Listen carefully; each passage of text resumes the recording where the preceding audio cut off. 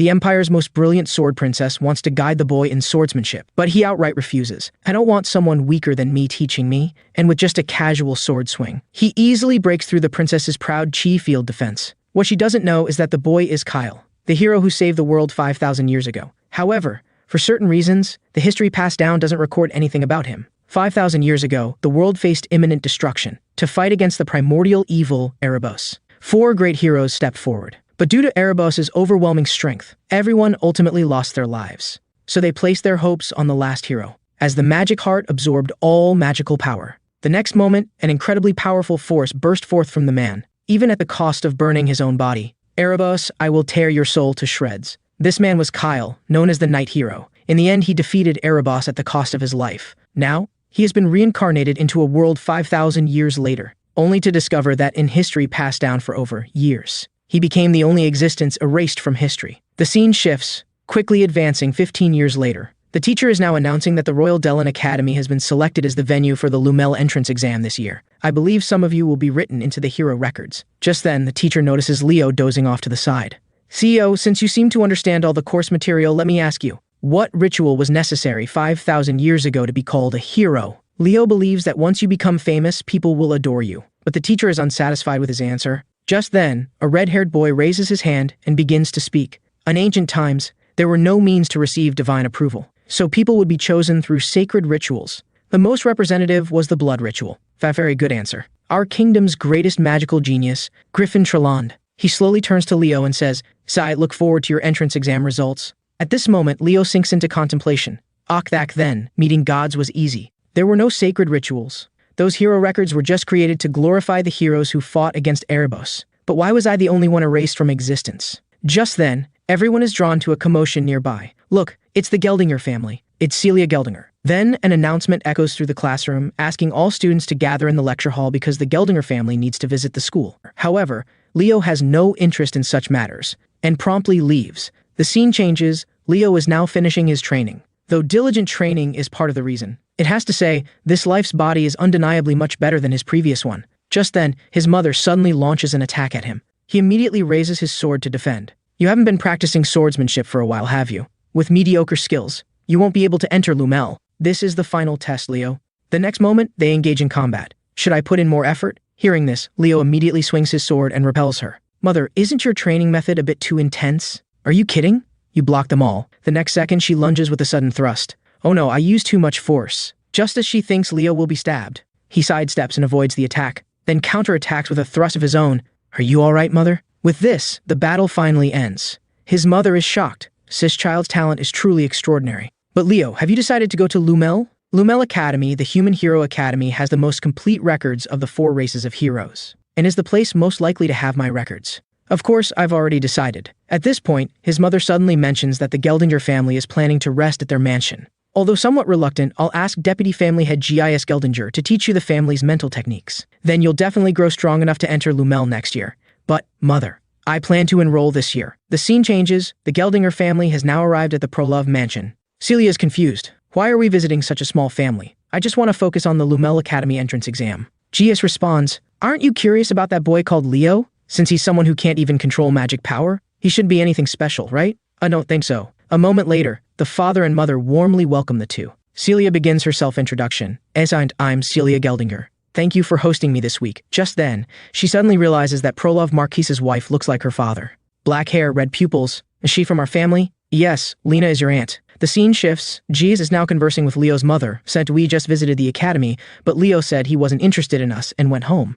He really doesn't give the Geldinger family any face, does he? If that makes you uncomfortable, I apologize on his behalf. He's only interested in training, nothing else. Gis is curious. What kind of child is Leo? Lena responds, his talent is extraordinarily strong. Sister, do you really think Leo is qualified to inherit the Geldinger family's fire seed? Of course, not because he's my son, but because he fully deserves it. Since you say so, I can't help but look forward to it. But I need to test the child's aptitude myself. Meanwhile, Leo is meditating at the training ground. Finally completed? A vessel that can endure everything. The reason I haven't practiced chi is because the moment I accept chi, my body naturally adapts to it, leading to a loss of opportunity to accumulate magic power and spiritual power. In my previous life, if I had perfectly mastered the magic power and chi of those guys, I wouldn't have left the seeds of disaster. In this life, I will learn how to control them, starting with chi. Just then, a figure appears before him. You, Leo Prolov? Your basics are very solid. How about I give you some special guidance in swordsmanship? Leo is puzzled. Who are you? I am Celia Geldinger. People call me the Sword Princess. I see, but I don't want someone whose strength doesn't match mine teaching me swordsmanship. Celia retorts. Aren't you saying you're stronger than me right now? Leo states, in a life or death battle, you might be stronger because I don't use chi fields, but when it comes to pure swordsmanship, that's a different story. Hearing this, Celia immediately draws a long sword from behind her. Since you're so confident, let's practice together. You think learning the chi field makes you stronger than me? Let me show you the harsh reality. If I win, you'll be my servant for the week I'm staying here. Conversely, if I lose, then I'll be your servant. Let's begin. The next second, Leo launches a fierce attack at Celia. I didn't expect your speed to be so fast, but that's not enough. Meanwhile, Leo delivers a heavy sword strike. The powerful force is too much even for Celia to bear. And before she can react, Leo has already thrust forward. Seeing this, Celia immediately uses her chi field for defense. Leo remarks, weren't we supposed to test pure swordsmanship? What's with using the chi field? But even so, I'll still win. The difference between controlling the chi field and not is like heaven and earth. Leo slowly removes his weight-enchanted bracelet. The next second, an even more powerful slash descends, instantly shattering Celia's chi field defense. Damn, this guy's too strong. Just as Leo broke through the princess's defense with one sword strike, elsewhere Jiz and Lena are rushing towards the training ground, and Leo just happened to walk out of the training ground. His mother gestures for him to greet GIs. Hello, my name is Leo Prolov. Jiz also introduces himself, Henshan Jiz Geldinger. You know I'm your uncle, right? Nice to meet you. At this point, his mother suddenly remembers. Didn't Celia go to the training ground? Just as Leo is thinking of how to explain. The princess is carried out by 2 soldiers. GIs is surprised. What happened? He defeated Celia without even learning the chi field? You defeated Celia, impressive. But what agreement did you make between yourselves? Nothing special, just that the loser becomes the servant of the winner. So Celia will be my servant for this week. Hearing this, Jiz says with some dissatisfaction. Although agreements are important, she is from the Geldinger family. So you can't make her a servant. I hope you'll break the promise. I'll give you appropriate compensation. But Leo refuses on the spot. This is an agreement between Celia and me. Since she bears the family's honor, she must take responsibility for it. GIs asks, not even if I teach you the family's chi field mental technique? In teaching me the mental technique to prevent your niece from losing face? I'd rather not learn such a technique. Hearing this, Jiz's expression tightens. And are you saying the family's mental technique has no value to you? Indeed, that's right. Don't you think that's a rash statement? I'm not insulting the Geldinger family. If Mr. Gias offered the mental technique as a reward for defeating Celia, I would gladly accept it. But you're giving it to me to cover up Celia's mistake. In other words, you don't acknowledge my strength. Do you think Celia wouldn't have lost if she hadn't underestimated me? Even if Celia used her full power, I would still win. Hearing this, Giz reveals a smile. Such refusing me because you don't like my attitude? This boy has quite the mouth. If only he were from our family. Then Giz signals to his subordinate. Take Celia to the maid's room. Leo, from now on, call me uncle in private. A moment later, Leo leaves. Sister, didn't you want me to teach him the family's chi field mental technique? To make Leo learn Phoenix Breath, I'll convince our older brother. The scene changes. Celia, dressed as a maid, stands in Leo's room. As per our agreement, I'll be your maid for this week. Leo can't help but compliment. This outfit suits you well.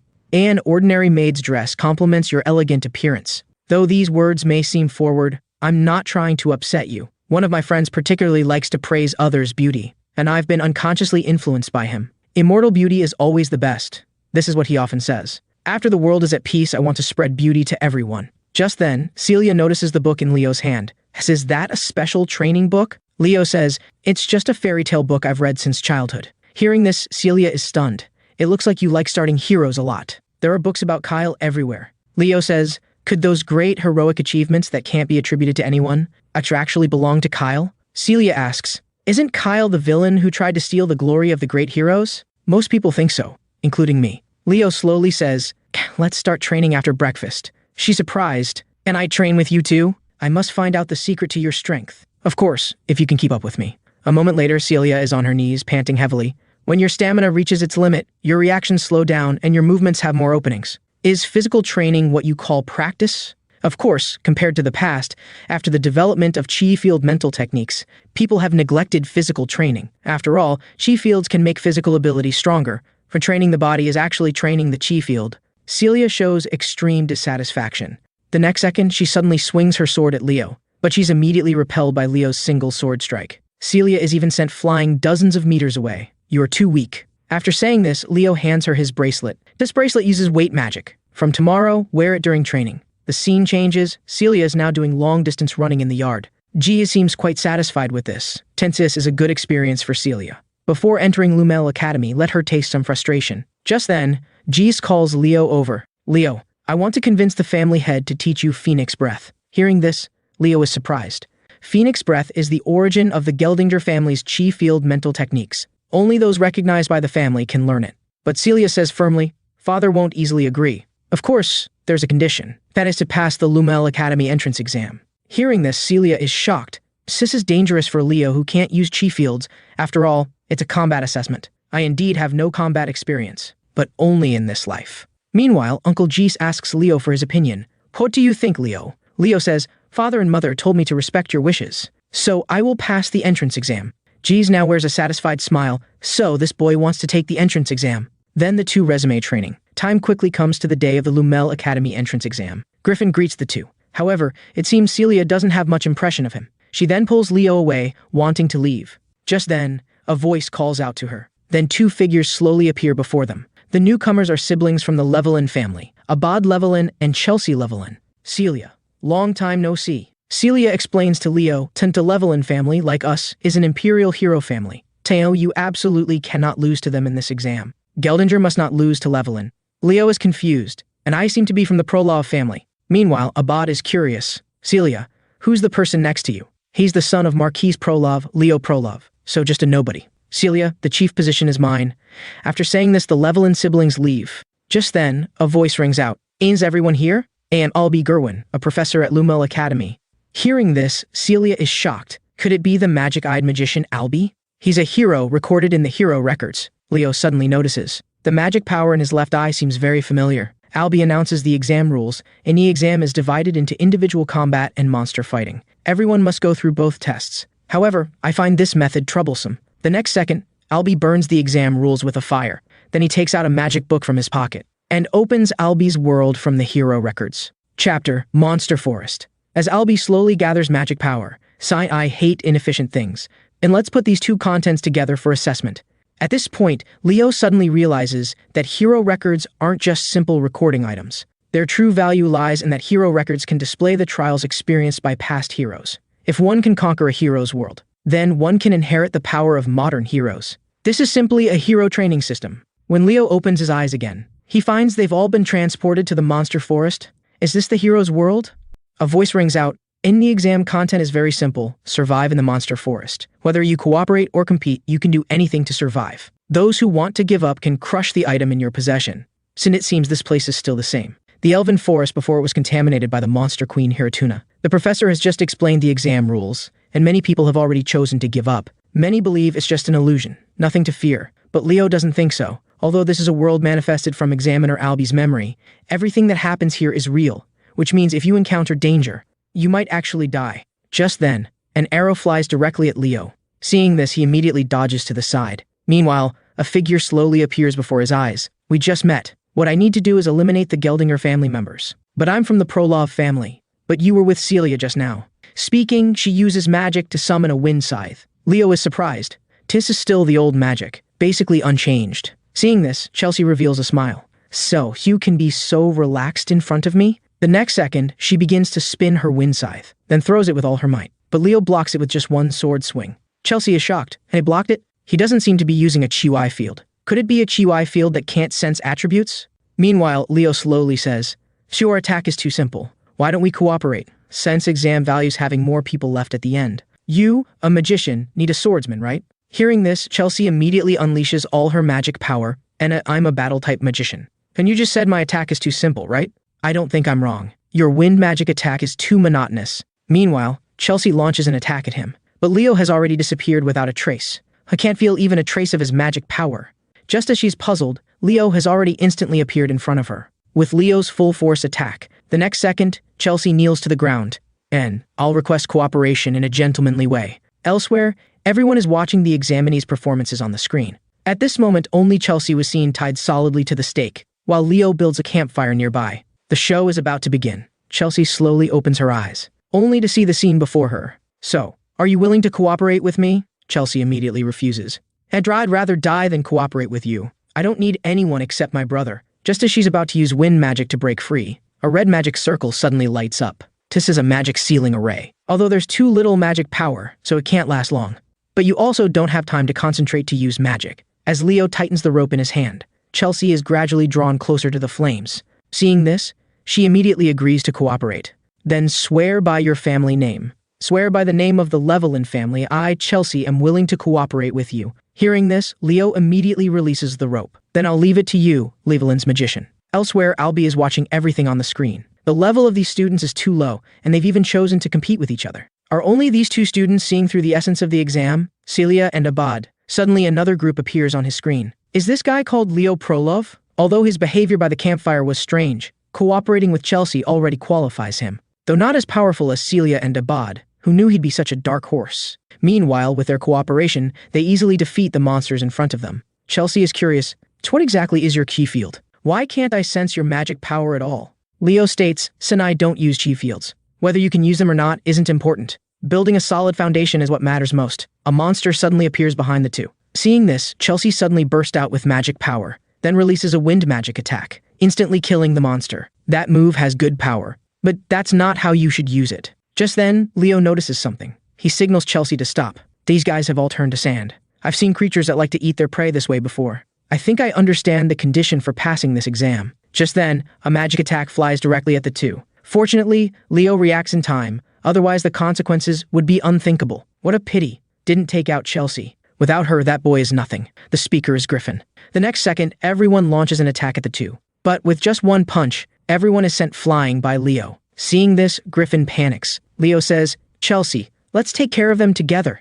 Then Chelsea joins the battle. Leo also enters a combat state. Meanwhile, Griffin has already taken the opportunity to escape. But Celia notices his figure, so she follows his escape route and finds Leo and the others. After greeting each other, Celia raises her doubt. How did you two end up together? Leo answers, because I proposed we cooperate. Celia doesn't believe it. How could that stubborn person agree to cooperate? Leo says, indeed, so I spent a lot of effort convincing her. Then Leo begins to help those who fell to the ground. We don't need to compete with each other. Working together to conquer this world is the only way to pass the test. Now something's happening in the monster forest, have you all noticed? Those creatures have all been drained of moisture. And strangely, don't you think there are too few monsters in the monster forest? Hearing this, Celia suddenly realizes. Could it be that a high-level monster has appeared in the forest that scares other monsters? By the way, this seems to be the place where Hero Albie first defeated a high-level monster. Just then, a fierce roar comes from deep in the forest. And is the boss finally appearing?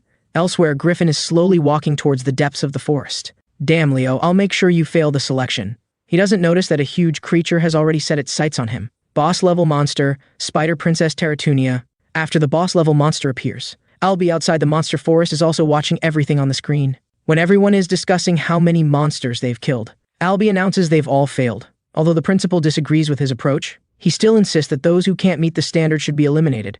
Only in times of crisis do true heroes emerge. What he didn't expect was that Leo actually noticed one side of the forest. But can they conquer that world? Meanwhile, everyone is rushing towards the direction of the roar. Damn, it's so dark. When Celia uses magic to illuminate the path ahead, everyone discovers Griffin has already been swallowed by the monster. What kind of monster is this? Just as it seems magic can no longer save Griffin. Leo shouts to Griffin, wake up, Griffin. Crush the pearl in your hand. Without hesitation, Griffin crushes the pearl. The next second, a golden light transports him back to the academy. Seeing this, Abad quickly uses wind magic to attack the monster. But this doesn't seem to cause much damage. Damn, this level of attack isn't enough. Then the boss's complete form appears before everyone.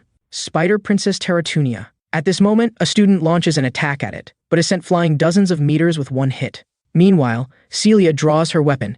I'll take it down with one hit. Then she releases a sun-red flame. The next second, the powerful fire magic instantly penetrates the monster's body. However, in the blink of an eye, the monster's wound completely heals. How is this possible? Celia looks at everything in disbelief. The damage difference between knights and magicians is very large. As he spoke, Abad slowly gathered all his magic power. The next second, a powerful wind magic flies towards the boss. But just then, the boss instantly appears in front of him. Seeing this, Chelsea immediately uses magic to assist. Otherwise, the consequences would be unthinkable. Then, Abad safely lands on the ground. Everyone is shocked. What is this monster? Its recovery ability is too terrifying. It is the army of Erebos that destroyed the Elven Forest, the daughter of the monster queen Heragus of Tartarus Terratunia. Hearing this, everyone gasps. So the magic power in Albi's left eye comes from the Elven King, say. Terratunia is the monster controlling the cursed forest.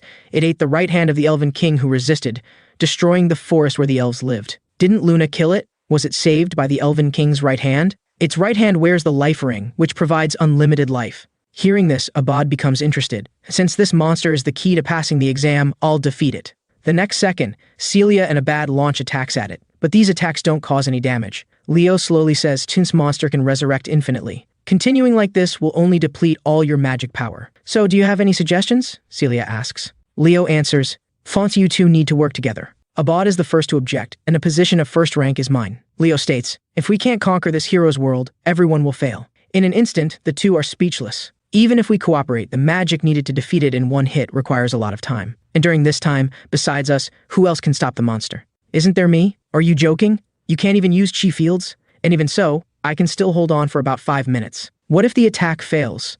That shouldn't happen. Wind and fire have been good friends since ancient times. These two complement each other well. Just then, the boss suddenly launches an attack at Leo. Seeing this, he immediately swings his giant axe and cuts off the boss's long leg. This reminds me of something that happened before. Then Leo strikes another blow with his axe on the boss's face. Long time no see, monster of Terratunia. After Leo engaged in battle with the boss, he recalled past events. At that time, the elf boy was facing a monster attack, just when he thought everything was over. The next moment, a holy light descended beside him. So dare disturb my homeland and swallow the elf king's right hand? As Luna suddenly exerts her power, a bolt of lightning instantly strikes down, immediately repelling the spider monster, and Sen didn't expect Erebos' reach extended here. Meanwhile, Kael slowly walks up to the boy. Are you alright? Back to the present. Leo is somewhat surprised. Can I only cause this much damage without using an aura field? Then he signals to Chelsea. Unuse wind magic to transport the weapons fallen nearby to me, but with your speed, you might get hurt when grabbing the sword. Leo responds, So be careful, just hurry and give me the weapons. Hearing this, Chelsea immediately uses wind magic to assist. From the sound, Chelsea seems to have sent him a curved blade and a long sword.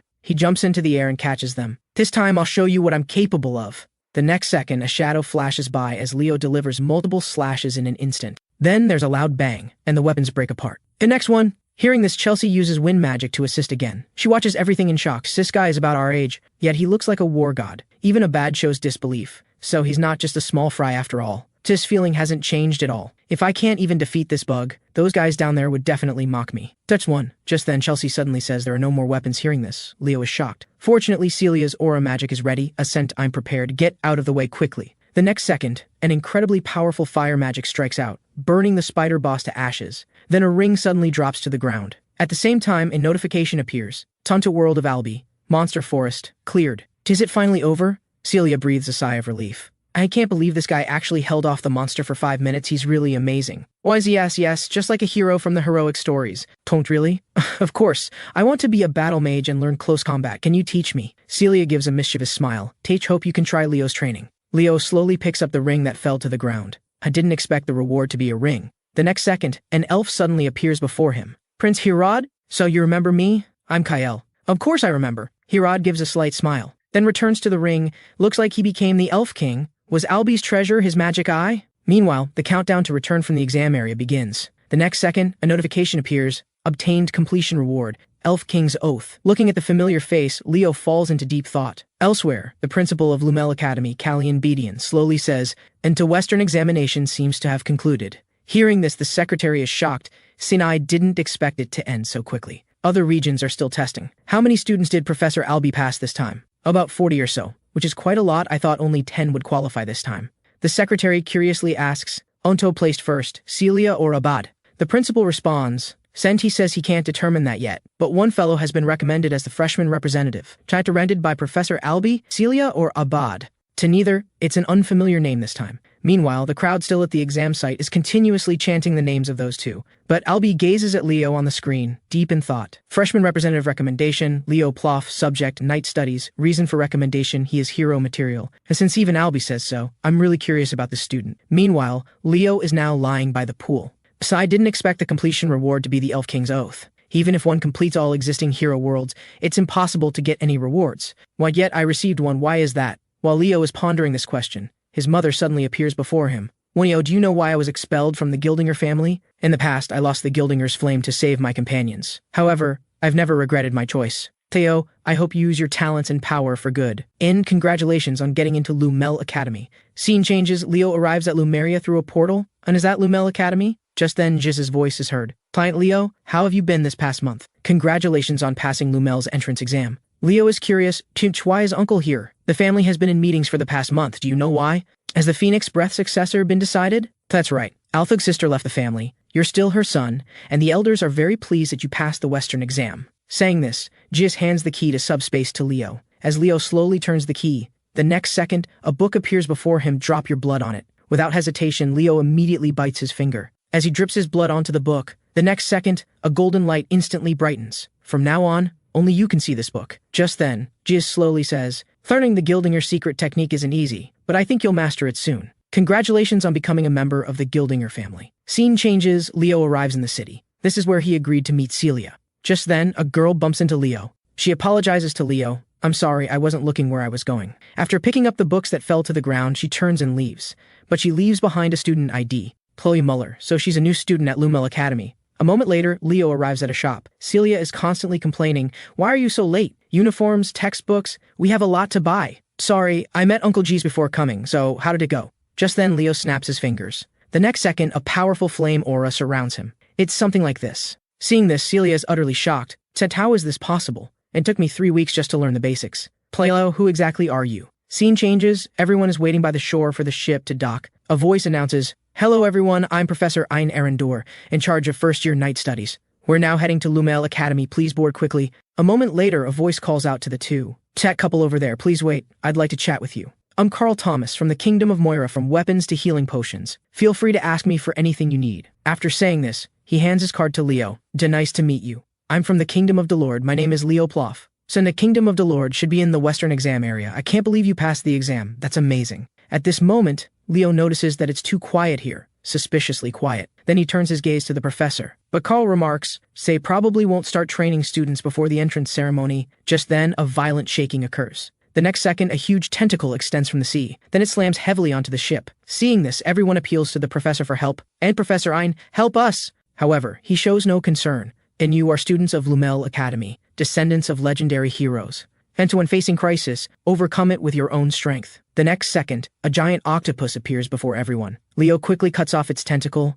Celia, remember to stay calm. Celia responds, of course, but you should take care of yourself first. The next second, the octopus monster suddenly spouts a jet of water, immediately sending Celia flying dozens of meters away. Meanwhile, the octopus monster grabs a student with its tentacle. Seeing this, the two immediately swing their swords and cut down the tentacle in front of them. Carl is shocked. Celia, as the Western top student, her combat ability is unquestionable, but why is Leo also so strong? Just then, a frozen tentacle suddenly falls from the sky. When the two look up, they see a familiar face. It's the one I met before. The next second, the girl uses ice magic to attack the octopus monster. Then she slowly says, someone who can't even protect themselves. Why not just stay behind? Carl realizes that the strong never care if we get caught in their battles. Meanwhile, more severed tentacles fall from the sky. It turns out the Levelin siblings have joined the battle. Abad shouts to Celia, Celia, our competition isn't over yet. Chelsea looks at Leo with a smile. Elsewhere, the professor observes everyone's performance. Lake to Lumel Academy has various monsters, perfect for their entrance ceremony. And as expected, the top students perform exceptionally well.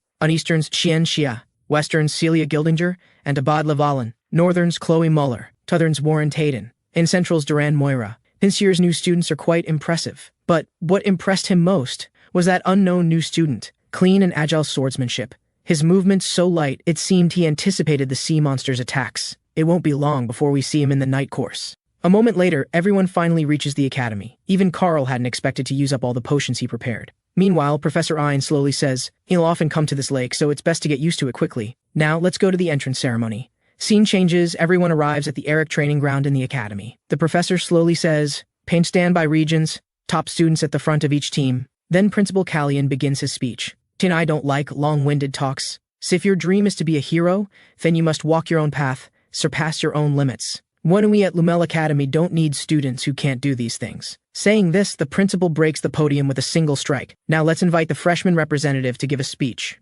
Then, under everyone's gaze, the professor announces the name of the freshman representative, Leo Ploff. Even he is very confused. Was it the examiner's recommendation? A moment later, Leo stands on stage and begins his speech, but people start to whisper, the freshman representative isn't a top student. Leo Ploff, first time hearing this name. Tennis look and attitude are simply provocative. Just when the professors thought this year's entrance ceremony would be peaceful, Leo loudly declares to everyone, "If any of you want this position, come up and take it." Hearing this, everyone present is utterly shocked, and fear no challengers. Scene changes, everyone returns to the Lumel Academy dormitory. Menau will have a week of temporary courses during this time. It doesn't matter what major you choose. You can attend any class you want in this process. You need to select 3 subjects you most want to study. So to avoid being late tomorrow, everyone should rest early today. I didn't expect you'd be living right next to me, Leo. After saying goodbye to Carl, Leo finally returns to his room. He lies on the bed, deep in thought. I wonder if Lumel Academy's archive management has any heroic records about me. The next day,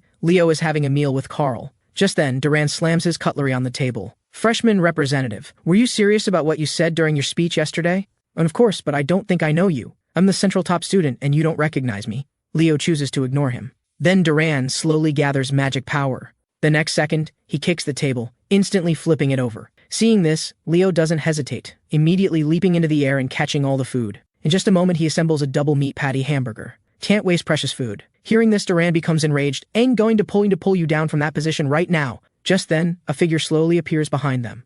Let me see. One is the central top student, one is the freshman representative. "Since when did you dare to fight in Lumel Academy? This means you're prepared for the consequences, right?" Scene changes, it's now time for the night temporary course. A nearby student curiously asks, "And Professor, it's class time already. Why hasn't Leo come yet?" Just then, Leo and Duran appear before everyone, gasping for breath. Seeing this, Celia is puzzled. "Leo, what happened?" "Nothing, just a small matter." A moment later, Professor Ein begins the class, and I'm the teacher in charge of first-year night courses, Ein Arendor. Everyone knows that mana gave birth to 3 powers: magic power, spirit power, and chi. In among them, chi is the most difficult to control. Does anyone know why? Celia slowly explains. And because chi loses mana's fluidity during transformation. Correct answer. Magic power and spirit power use the natural form of mana, while chi is processed after absorbing mana into the body. If so, how do we use aura fields? Don't they just appear when we want to use them? Just then, Leo slowly explains.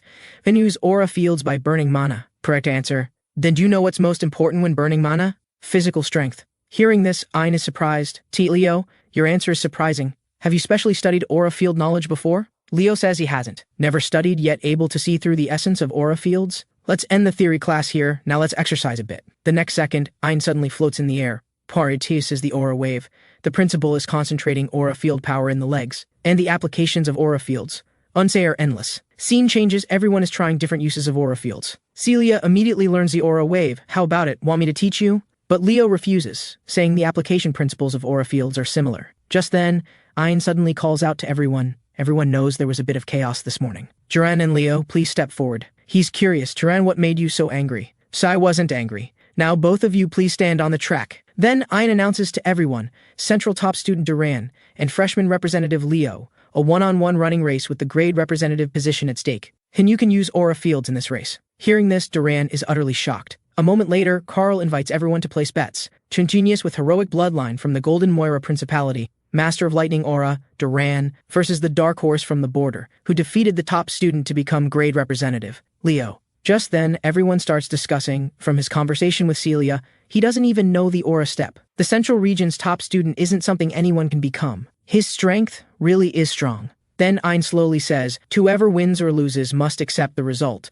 That's the knight's spirit, the first to reach the finish line wins. Celia knows that Leo has no chance of winning. And this guy always exceeds our expectations. With Ein's signal the next second, both quickly run forward. Duran takes a significant lead over Leo using the aura step. In contrast, Leo can't even use the aura step. Seeing this, everyone starts mocking him. And with this level of ability, how did he become the freshman representative? But Chelsea, surprisingly, cheers for Leo. Meanwhile, just as Duran is about to reach the finish line, Leo suddenly stops, then runs towards the audience stands. Seeing this, Celia is shocked. What is this guy trying to do? The next second, Leo concentrates his aura field on his legs, then quickly runs up to the higher part of the stands. After confirming the distance, Leo's legs suddenly exert force. With a loud bang, Leo flies forward at lightning speed. I'll go ahead, slowpoke. Then Leo lands steadily on the ground. Thus, under Duran's shocked gaze, Leo reaches the finish line. Everyone is utterly shocked. What just happened? Duran is the fastest in the first year. I can't believe Leo won. Didn't he not learn the aura step? But only Celia knows. That was the Phoenix step. Meanwhile, Professor Ein, observing from the side, falls into deep thought. Duran used his specialty, the lightning aura, to increase his speed though expected. His speed far exceeded imagination. Seo's speed isn't as fast as Duran's, but his application of the aura field is superior, concentrating his flame aura on his toes for a burst of chi. What a frightening ability. Just then, Leo says to Duran, and it was a good race. If it were a long-distance race, the result would be different. But Duran doesn't seem to accept his goodwill. Ayn is quite pleased. Among this term's students, we might really be able to nurture a hero. Meanwhile, Chelsea also seems very happy. Leo is amazing. I also want to practice with Leo. Just as Carl is about to invite Leo and others for tea, Leo immediately declines. Shinshin sent you want to attend the summoning course,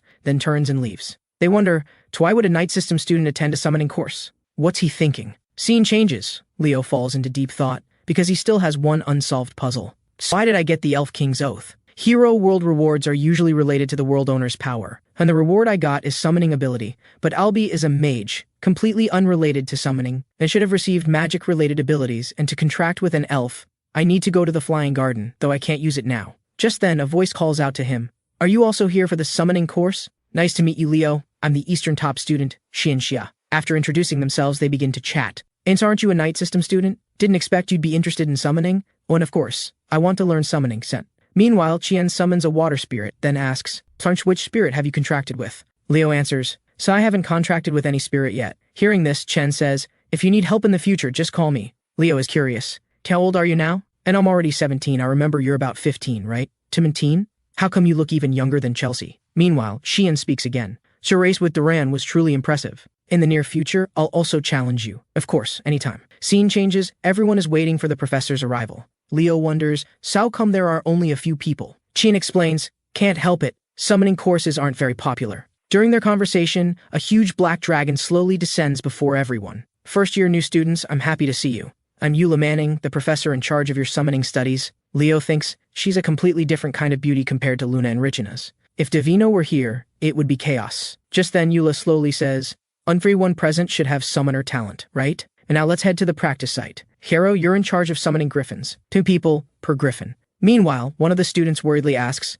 won't there be problems riding griffins for the first time? Are you saying you don't want to attend class? If you can't even do this, then leave now. Then Leo and Chen form a group. A moment later, everyone is heading towards the destination. Xian is delighted. So I didn't expect griffins to be so docile. But Leo warns her to be careful. After all, people riding griffins for the first time find it hard to control them. It's only docile because it's watching the professor's face. As the professor blows her whistle, the next second, the griffin suddenly becomes ferocious. Can't even control a griffin and you call yourself a Lumel student? Learn how to control them properly. Just then, the griffin is in a frenzied state. Leo calmly explains, it's using force to tame it will only make it angrier.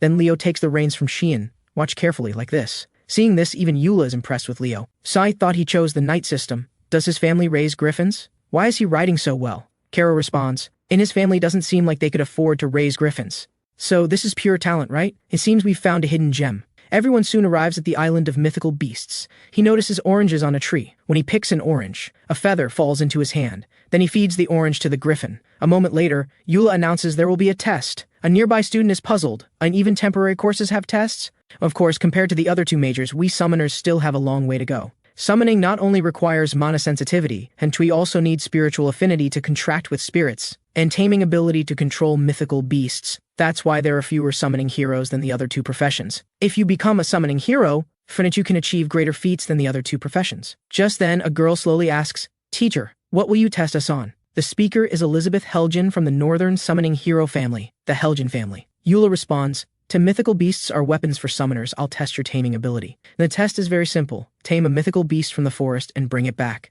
If you successfully contract with it, the beast belongs to you. Hearing this, everyone rushes into the deep forest. Meanwhile, Elizabeth says to Leo, freshman representative, I heard you defeated Duran. I look forward to your performance in the summoning department. Of course, I'll do my best. Eula, watching these new students, secretly smiles. Seems these fellows will become the backbone of the first year. Scene changes. Leo arrives at the deepest part of the forest. Then he takes out the feather from his pocket. The next second, Leo is immediately surrounded by flames. Then the feather is completely burned. Sure enough, it belongs to me. Elsewhere, Lena is worried about Leo. After all, it's his first day of enrollment. Meanwhile, a fierce flame suddenly ignites before Leo. Leo should be fine. This temperature belongs to one of the 3 great mythical beasts, the phoenix. The next second, a voice sounds, are you a child of the Gildinger family? You have the scent of Lena's flame. You know my mother? Of course, Lena is my benefactor. Tipilina, one of the 3 great mythical beasts, the phoenix. Then they introduce themselves to each other. Leo is curious, why do you say my mother is your benefactor? Because Lena is the benefactor of my oath-taker, Aaron Londia. Pajero Aaron was on a mission in the Saren dungeon.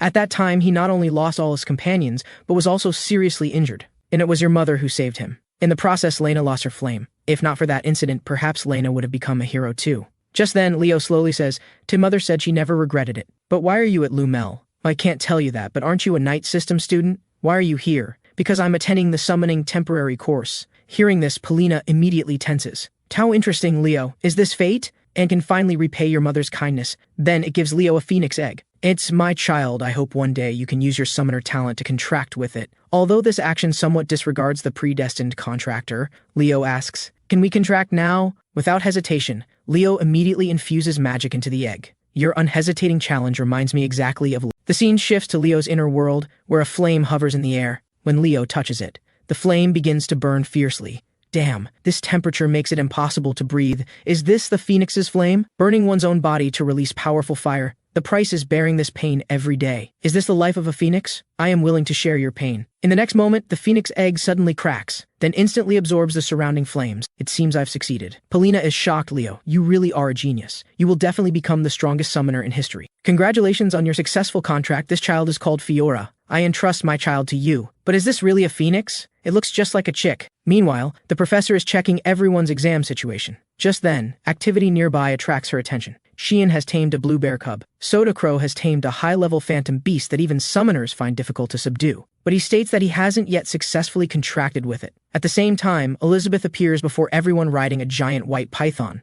"This creature isn't one my family has, so I took this opportunity to sign a contract." Just then, Carlo announces the end of the exam time. The last student arrives just in time. Next second, Leo appears before everyone with a small chick on his head. Seeing this, everyone immediately bursts into laughter. "Is that a chick? This guy must be having trouble with summoning." But Professor Eula displays an expression of extreme shock. "What chick? That's a phoenix." The scene changes. Leo is invited to Eula's office. She speaks slowly. "Leo, this is the first time in my life I've seen a phoenix chick. I didn't even know Phantom Beast Island had phoenixes. A first-year Lumel student who contracted with a phoenix. You're the first since the academy was founded. I know your true identity. You are a genius among summoners. An unprecedented prodigy. But let's keep your Phoenix contract confidential for now. Otherwise, it will cause massive trouble. When the temporary course ends, you must choose summoning as your major. That way, you will become the greatest summoner hero in history." Scene changes. Leo and Carl arrive at Lumel's magic teaching building. Unexpectedly, they encounter Chloe. So Leo greets her, then returns her student ID to her. Chloe remembers that the person she bumped into previously was Leo. She expresses her gratitude, but "Are you still interested in magic? Since it's a temporary course, I want to hear about various subjects." Just then, Carl suddenly says to Leo, "The Ice Empress has her eyes on the position of magic department's top student. Her name is Chloe Muller." He then makes an excuse to get away from her, but in the next second, a huge ice block blocks his path. Chloe says, "Carl, sit with me in the front. I'll help you if you want to listen carefully." Meanwhile, the Levelin siblings behind also greet Leo. The classroom door slowly opens. "Hello, students attending the magic class. I am Professor Reinholz, responsible for the first-year magic course." He taps the test papers on the desk, then snaps his fingers. Next second, all test papers move to the students' desks. "Before starting the temporary course, we'll test your theoretical knowledge of magic. Students who don't meet the standard cannot attend my classes in the future." He uses magic to summon an hourglass. As Lumel students, this is the most basic test. Completed test papers should be given to assistant Anna. At this time, Leo looks at the test paper before him with great helplessness. Why are modern magic formulas so complicated? As time passes, all students complete their test papers, but they all leave the last question unanswered. Leo is exactly the opposite, as he only answered the last question. "I should have studied more modern magic formulas. It seems I'll fail this time. Maybe I should just study magic on my own." Then he leaves the classroom. A moment later, Reinhold's voice sounds again. "In the past 100 years, magic formulas have developed greatly. Formula which once needed understanding to use magic now only need to remember activation conditions. But this development has led to the degeneration of magicians." Next second, Reinhold slowly gathers magical power. Then a dazzling light shoots toward the sky, finally forming a brilliant magic. "This is the essence of magic I created, a sorcery I created from beginning to end.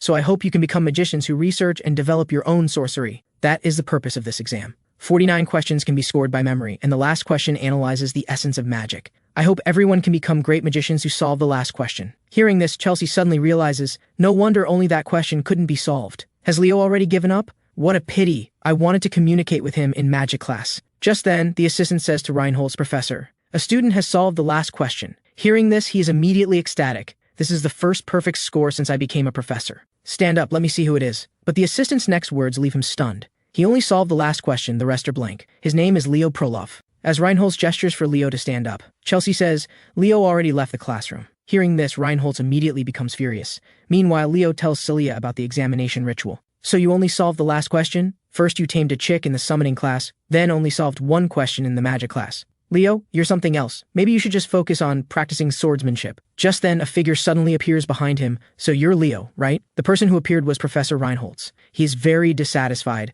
Leo, why did you leave without completing the exam? Are you looking down on me? Leo responds, Professor, you seem to misunderstand me. I thought I would definitely fail this exam. Except for the last question, I don't know the others. Because I self-studied magic using an old magic guidebook at home, so I don't understand modern magic formulas at all. Hearing this, Professor Reinholz immediately appears extremely happy. Perhaps he is the genius I've been looking for. Now follow me somewhere. Scene changes. Reinholz points at questions on the blackboard saying, Leo, please solve these problems. He knows that if Leo didn't solve that question by chance, then he must have established his own magic system. Let me see if you're truly a genius. In no time, Leo solves all the problems on the blackboard. Seeing this, Professor Reinholz is utterly shocked. How can it be so fast? Can you calculate mentally? Regardless, I've finally found a true genius. Scene changes. Reinholz is now hugging Albie's left leg. Senior, thank you so much. Seeing this, Albie immediately uses magic to suspend him in the air. You're being too dramatic today. He explains, the grade representative you recommended, Leo Prolov, that child is a magic prodigy, but I thought he was a night department student? Hearing this, Reinholz immediately shouts with dissatisfaction, that child must become a magician. Sending that child to the night department is an insult to magic.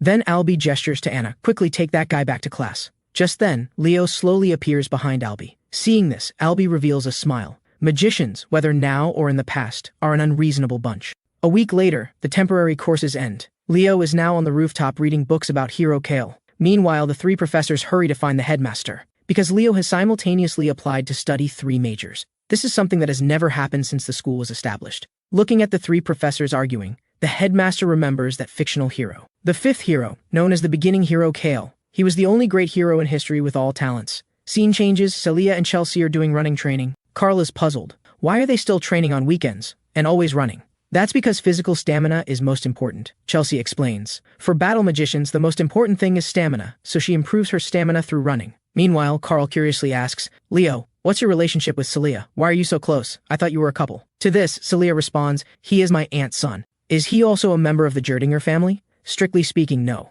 Just then, Leo says, now let's formally begin training. Then Leo drags Celia toward the training ground. The scene changes and the time comes to the day of class division. Leo is assigned to first year class 5, just in the same class as Carl. Surprisingly, even Chelsea is assigned to the same class. Carl is curious, what did you do over the weekend? Why is she so exhausted? Just basic training. Just then, a voice sounds from behind them, after first year, how many of you will remain? Poor juniors. At the same time, another voice sounds from behind them. Compared to them, I think you're the most pitiful. The speaker is Class 5's homeroom teacher, Harindel Edmund. Seeing Harindel, the two immediately freeze like chairs. Then he says to everyone, this is the new student's lowest scoring failing class. You've all heard rumors about me, right? My nickname is a crying wall. You must be curious why I volunteered to be your homeroom teacher. Hearing this, Carl immediately says, could it be to help us improve our grades? Carl, worthy of being the class's last place, your idea is too ridiculous. Doesn't anyone know what Lumel Academy students' duties are? Chelsea slowly says, complete internship missions and conquer the hero world. Correct, that's it. But I already see your tragic end in the hero world. Just a burden, better to drop out early, that's why I'm Class 5's homeroom teacher. That's also why I'm called a crying wall.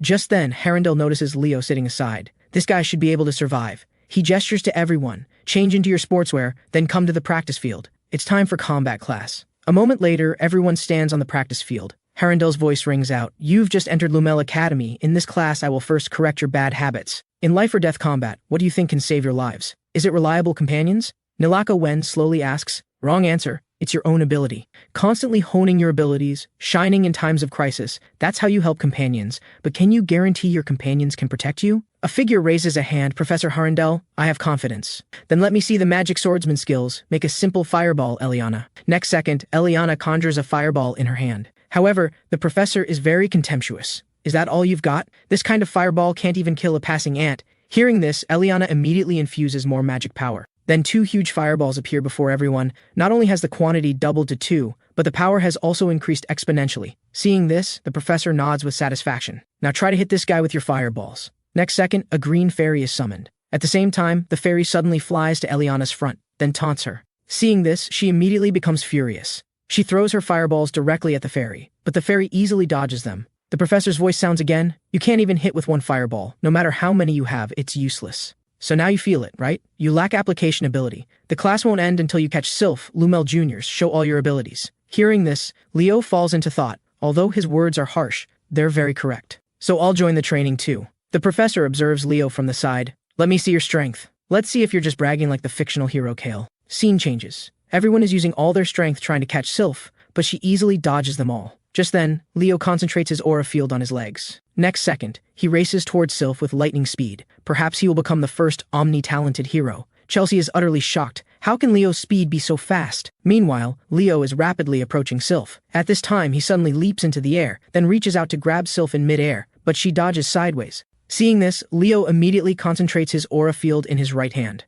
Just as Sylph is about to be controlled by Leo's aura field, next second a figure suddenly appears before him and instantly grabs Sylph. It's the Central Region's top student, Duran. Just then a voice sounds. It seems our Class 1 has already taught you a lesson. The speaker is the first-year Class 1 homeroom teacher, Sederson, ranked second in the graduating class vote. Herondel calmly says, you can teach in my place if you want. He is ranked first in the graduating class vote. Meanwhile, Carl explains, is this the conflict between Lumel Academy's two pillars? These two have worked at Lumel Academy for over 20 years. I heard Ein, Eula, and Reinhold's professors are all their disciples. Neela is curious. How do you know such things? That's because I'm the Academy's know-it-all. Sederson slowly says, Herondel. Although I don't know why you're serving as the failing class's homeroom teacher, but I'll find out soon. I propose a competition between Class 1 and Class 5. The competition event is Lumel's historic ball game, Bestera. Hearing this, Herondel immediately becomes interested. How did I not think of that? This is the fastest way to learn actual combat. Then Herondel says to everyone, I give you a chance to practice application ability. That is to have a Bestera match with Class 1. There's an additional condition. If you lose,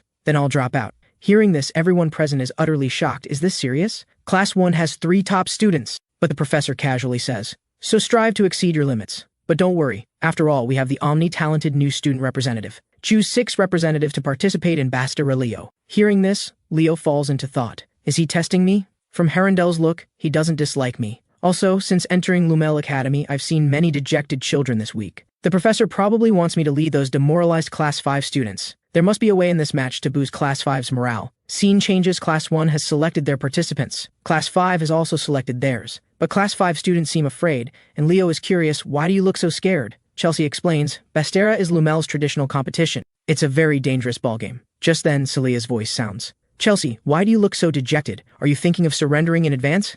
No way. I won't lose to the Jerdinger family. Meanwhile, Leo reassures everyone, don't worry, we definitely won't lose. Leo, we'll see. I'll show you the results of special training. Even Chloe silently determines, Leo, this time I absolutely won't lose to you. A moment later, Sederson shouts to everyone, each class's participants please stand on the competition field. Next second, everyone stands on the practice field. Professor, Class 5 is ready. Hearing this, the professor immediately summons a basketball, then throws the basketball hard into the air. At the same time, Leo and Duran quickly use aura fields to leap into the air, but ultimately Duran gains the advantage. With a flash of lightning, Duran gets the basketball. Now Class 1 will attack first. Taking this opportunity, Leo asks Taylor to briefly explain the game rules. Bestera's rules are very simple. Input aura into the ball, whether using hands or feet, as long as you can score. The first to reach 11 points wins. Just then, Duran slowly concentrates his aura field. Next second, he throws the basketball wrapped in lightning straight ahead. The target is Leo. Seeing this, Leo immediately dodges sideways. Unexpectedly, the basketball rebounds and falls into Class 5's defense point. Seeing this, Class 1 students immediately become excited,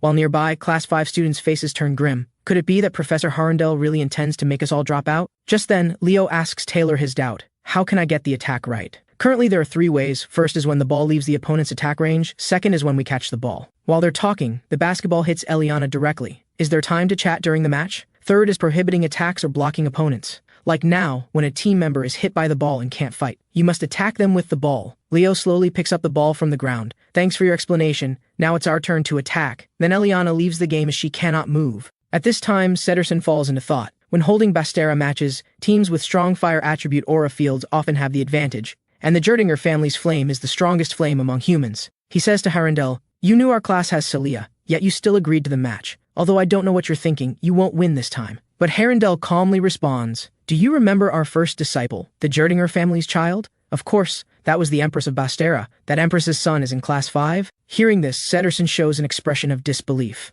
Meanwhile, as Class 5 students feel very discouraged, Leo suddenly erupts with powerful magic. then injects aura into the ball and throws it directly at the opponent's defense point. Seeing this, Chloe immediately creates an ice wall to block it. Leo, as long as I'm here, you won't score. At this moment, Leo had already arrived in front of her in an instant, which was not necessarily. He leaps into the air, then delivers a heavy punch, instantly shattering the huge ice wall. Then the basketball falls directly into the opponent's defense point. Seeing this, Sederson is somewhat surprised. This guy's combat level is very high. Herondel reveals a smile. I see, it seems the game is just beginning. A moment later, after intense competition, the score is now 9-10. Just then, Durand concentrates aura on the ball, then throws the ball toward Carl. Seeing this, Carl immediately leaps into the air and barely catches it using all his strength. Carl slowly says, I've used up all my mana, the rest is up to you, Leo. Then Carl leaves the field with others' help. Now the score is 10-10, but the situation doesn't look good, because the opponent still has 3 top students, while Class 5 only has Leo left. Chloe slowly says, although I lost to you in Magic Theory class, this time I absolutely won't lose again. Next second, Chloe uses ice magic to create several ice people, but Leo crouches down, preparing to sprint. At the same time, Durand and Celia immediately fully activate their aura fields. Leo, come on! Leo concentrates green aura field on his legs, then in a flash disappears from his spot. Seeing this, the 3 are utterly shocked. This speed is too fast. With several shadows flashing past, Leo has already broken through Celia and Durand's defense with the ball. Chloe, this isn't an attack, he's trying to score directly. Hearing this, Chloe immediately activates magic perception, but next second she stands stunned. While she's stunned, Leo has already scored. Chloe is shocked, this is star magic. But how can humans use fairy magic? At the same time, a voice sounds, match over. The winner is first year Class 5. Hearing this, Class 5 students immediately hug each other excitedly, finally don't have to drop out. But Sederson is curious. What does dropping out mean? Just a small technique to motivate them. Looking at the dejected 3, he is very troubled. Then he says to Chloe, are you angry about losing the match? After a match ends, regardless of the result, you should greet the opponent. Everyone, for Class 1's victory, you cooperated very well from beginning to end. Students cheering for friends, students giving their all on the field. Everyone should hold their heads high. A moment later, Sederson summarizes this match. Both classes performed excellently. Class 1 showing their talents and powers. Class 5 not submitting to disadvantage, striving until the last moment. You broke through your limits, successfully achieving a reversal. I hope everyone continues to compete harmoniously in the right direction. Now everyone shake hands. Celia slowly says, you held on for a long time. I thought you would leave the field soon. Chelsea responds, likewise. Meanwhile, Chloe shows a reluctant expression. Seeing this, Leo immediately extends his right hand. Chloe, you were really amazing just now. When you accumulate more practical experience, you'll definitely become a remarkable person. Are you kidding? Someday I'll definitely win. Then both sides shake hands amicably. Scene changes, Carl asks the 2 his doubt. Which club do you want to join? Leo states, I want to establish my own club. Hearing this, Chelsea immediately says, I'll join Leo's club. I want to create a hero research club. I want to research the forgotten hero, the beginning hero Kale. Carl is curious. Isn't Kale a fictional hero? It seems normal people won't join your club. Hearing this, Chelsea immediately expresses dissatisfaction. Just then, activity outside the door attracts everyone's attention. Carl suddenly remembers something. That's right, it's today. Then he brings the 3 to the window to investigate. Today is the day 5th graders return from conquering hero instances. Hero record fragments scattered around the world occasionally go berserk, creating instances. Those are hero instances. Lumel upperclassmen conquer instances to recover hero record fragments, taking at least 2 weeks, at most a month. Chelsea suddenly realizes these are Lumel Academy's strongest. Seeing this, Carl begins to explain. The Eastern muscle man walking in front is Senior Rizamia. The Southern girl beside is Senior Taruva Yan. The pale-skinned person in a hoodie is Senior Olta. But someone seems missing. The man standing at Lumel Academy's pinnacle, Student Council President Liss. While Carl is thinking, Leo has already been taken away. Scene changes. Leo is curious. Celia, where are you taking me? Come with me somewhere first. The Lumel Student Council President wants to see you. Hearing this, Leo followed her to a certain place. At this moment, Celia hugged a man who had just appeared. It's been a long time since we last met, brother. The man then spoke slowly. Leo, it's nice to meet you. I've heard about your achievements. I understand you've chosen to study 3 majors simultaneously. My name is Riss Gerdinger, a student in the night department and the president of Lumel Student Council. Afterward, Riss took them to experience the local cuisine. This food is surprisingly delicious. I've wanted to bring you here since you arrived at Lumel. A moment later, Riss began chatting with Leo. I heard you're my aunt's son. I met her a few times when I was little. My mother? Aunt was quite famous during her student years. She left behind many legendary stories. For instance, when the dormitory cafeteria's desserts were terrible, Aunt led the students to storm the principal's office. Celia was surprised that the protagonist of that famous incident was actually her aunt. At this moment, Leo gazed at Riss and fell into deep thought, worthy of being called Lumel's strongest. Becoming a hero is just a matter of time for him. A moment later, as Riss was about to pay and leave, he discovered the hero record fragment in his pocket, suddenly emitting rays of light. What's happening? Why so suddenly? Scene change. Harinder is now supervising a self-study class. Iriana raises a question. Why hasn't our class selected a class monitor yet? I heard other classes have already chosen theirs. Hearing this, Harinder replies lazily, that's right, I almost forgot about this. He then designates Leo as Class 5 Feet's monitor. Iriana expresses her dissatisfaction with this decision, but in the next second, Harinder takes out a stack of reports. Class monitor categorized these lists. Seeing this, Iriana immediately loses her enthusiasm for competing for the position. Just then, an announcement plays, the Joint Hero Research class will begin shortly. All first-year students please proceed to the main lecture hall. With a snap of Professor Harinder's fingers, he signals everyone to head to the lecture hall. Scene change. Leo and his classmates encounter Chloe on the way. However, she doesn't appear to be in good condition. She asks Carl to give her some recovery potions. Only 2 bottles left. But it's just the beginning of the semester, you don't need to push yourself so hard. After drinking the recovery potion, Chloe finally regains her energy. She's really impressive, Chelsea explains. She ranks first in magic theory. It's normal for Chloe to be anxious. After all, a competitive rival like Leo has appeared. Once Leo understands modern magic, her theoretical magic will surely be overtaken. Moreover, she's a mage from the Magic Tower. Unlike me, a battle mage who doesn't need to excel in theory. But the Magic Tower specializes in researching and exploring magic. This concerns her strong sense of pride. But are you really a mage? You don't seem concerned about these things at all. Of course. But my magic is just for making a living. Meanwhile, the principal appears surprised. The damaged hero record reacted? Is it true that this hero fragment showed a reaction? Indeed, but logically, a fragment of this size shouldn't show any reaction, especially when no relic appears nearby. The principal voices his concern. Was there any further reaction afterward? Riz indicates there wasn't. Hearing this, the principal falls into contemplation. It seems we need to investigate. He then signals Riz to go rest. Next, he calls in Arena. Take this to the main lecture hall at the beginning hall. First-year students are about to have class there. At this moment, the principal suddenly realizes such a small fragment only reacts when the hero himself is present. Could it be? Scene change. Now in Lumel Academy's main lecture hall. Professor Etienne gestures for everyone to quiet down. But the students don't seem to take her words seriously. In the next moment, Atienne concentrates her magical power. If you don't want to die, quiet down now. Almost instantly, the entire lecture hall falls silent. She sighs with relief, finally quiet. Thank you for your cooperation. Our professor always looks scary no matter when. Meanwhile, Leo falls into thought. A spirit summoner? This was rare even in my previous life. Atienne slowly begins. We will now commence the Joint Hero Research course. The appearance of hero records is the reason behind the birth of hero families. To open a hero's world, we need items related to that hero. Therefore, descendants of heroes find it easier to access the hero's world than ordinary people. This is also why Lumel Academy, which safeguards hero records, maintains close relationships with hero families. Hearing this, Leo finds it quite interesting. Hero research studies the clues to conquer hero worlds and important literature about strange texts and poems. When you become senior students, you will choose which hero to inherit and conquer that hero's content. Meanwhile, Arena hands Atienne a box. Everyone, what I'm about to show you is a hero record recovered by Lumel's 5th-year conquest team. Just as Atienne is about to showcase the recovered hero record, she asks the crowd, can everyone share what they want to do after becoming heroes? Hearing this, Celia immediately states, I want to become a knight surpassing my family ancestors. Chloe wants to create her own magic grimoire. Carl wishes to help heroes. Just then, Leo stands up and slowly says, my goal is to completely eliminate Erebos. Hearing this, everyone present is utterly shocked. Even the professor shows great surprise. Of course, most people believe he's just boasting. But Harinder holds a different view.